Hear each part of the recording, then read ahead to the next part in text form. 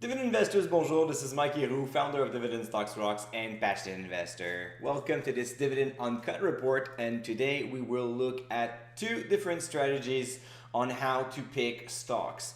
Many investors are focusing on price and valuation. You will see that everywhere, from financial analysts, from blogs, from Seeking Alpha, from services such as FastGraph. They will tell you the valuation where you should, like basically the price that you should buy shares of a specific company. So they look at Microsoft, they run their algorithm, they do their calculation models, and they tell you, oh, Microsoft value is $150.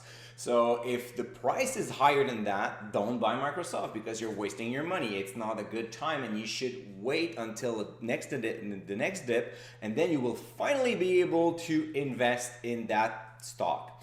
At DSR and for my portfolio, I've been highly against any valuation model because when you look at it and you take time to think about how it works, they're always wrong. It's impossible to know that COVID-19 would have such impact on the stock market 12 months ago. It's absolutely impossible, right?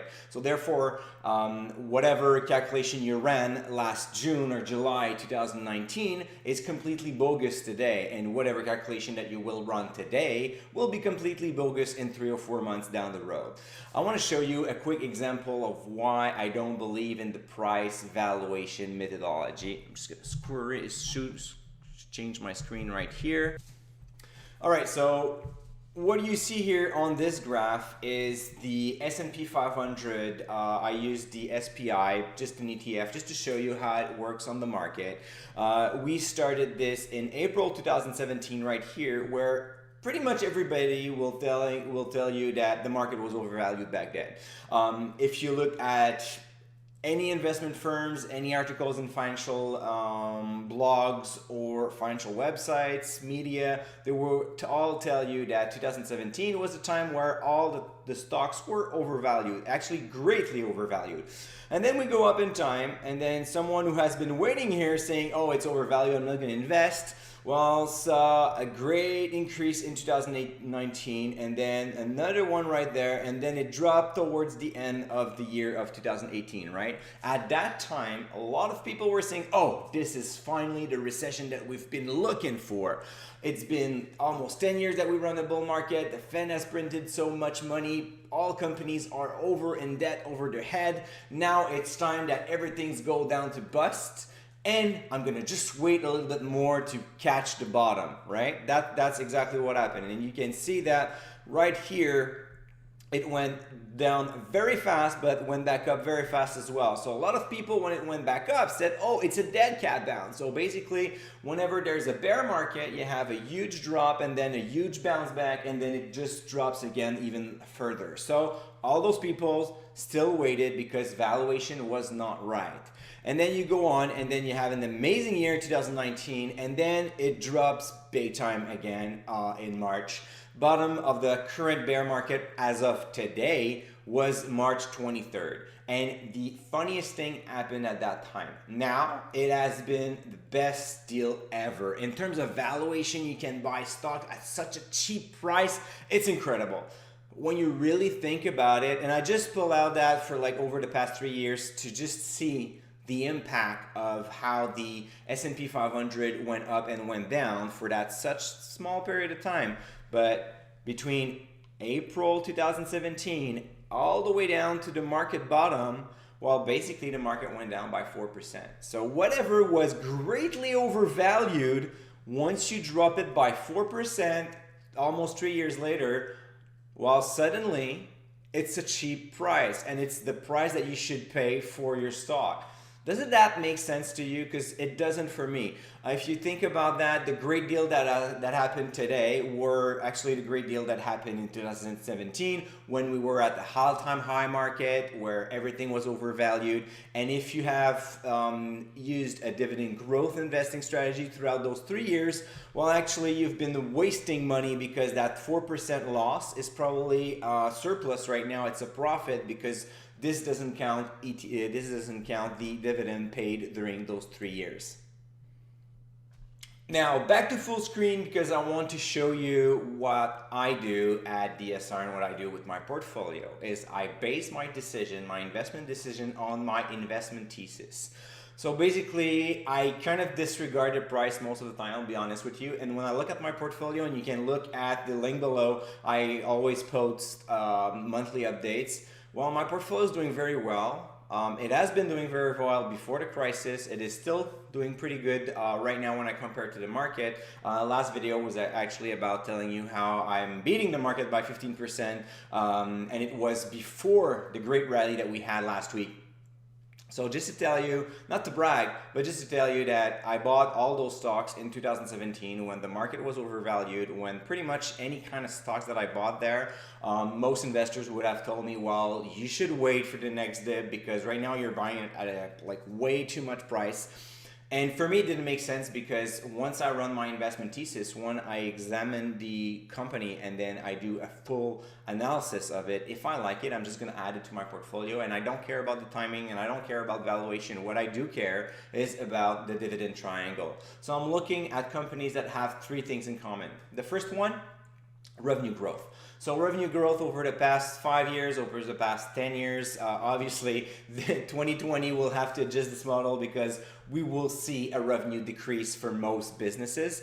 But in general time, what I'm looking for is a company that has several growth vectors, so several segments or business strategies that will help this company grow their revenue through time. They have to be leaders in the market, obviously, or have a good market shares of what they're doing. The second thing is I want companies that, yes, increase their sales, but I want also to see profit increasing. So I'm tracking the earnings per share over the past 3, 5, and 10 years. Once again, I'm looking for the trend because once in a while the EPS is calculated with general accounting principles. And from time to time, you will have charges that will impact the EPS, but that will not really impact the cash flow of the company, and you just have to use the adjusted EPS. So there's a little bit more calculation over there, but the point is more revenue should lead to more profit over the long term, right? And then finally, the last point here is dividend growth. I want to make sure that the company is not only increasing its revenue and its earnings, but I want to make sure that it also increases its dividend.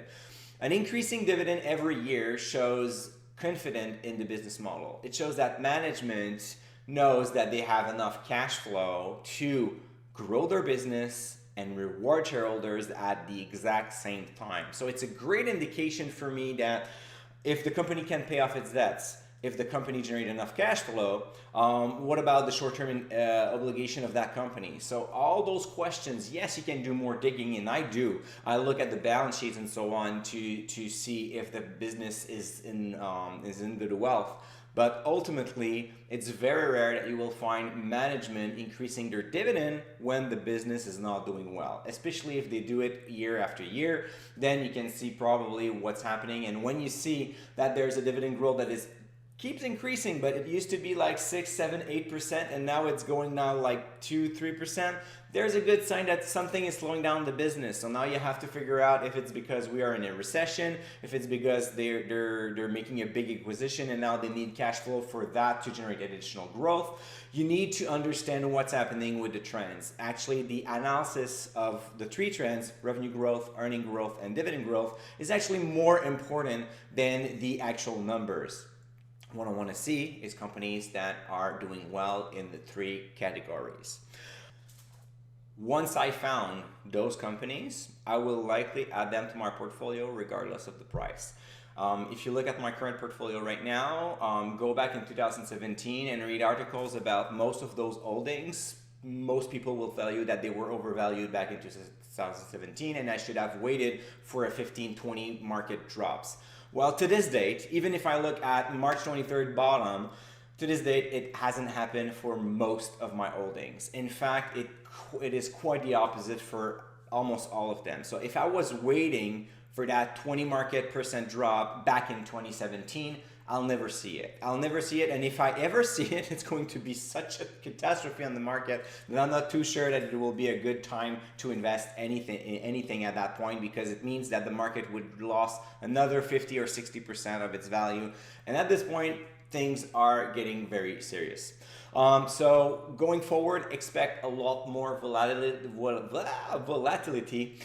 We have seen yesterday was an amazing day on the market. This morning, markets futures are pretty down because China has cut their interest rate, and it sends a message that the recession will be harder and longer than we expect. This is why market is going down this morning. It could change during the day because it's Mr. Market, but I don't really care because I focus on my investing strategy. I stay invested, and it has always been paying off over the long term, and I wish that you do the same thing. You know, there's a lot of strategies that works. You can use the permanent portfolio, you can use ETF, you can use dividend yields, and you can try to use momentum as well. Some people do very well with momentum trading. I decided to focus on dividend growth investing, but the key here is to take one investing strategy and stick to it, the one that works with your model, works with your strategy, works with your risk tolerance, because that's very important. And once you found that, you just keep going, and then it's going to be a lot easier for you. It's going to be a lot easier for your portfolio, and you will eventually enjoy your retirement. So until then, subscribe to this part. Can't make it.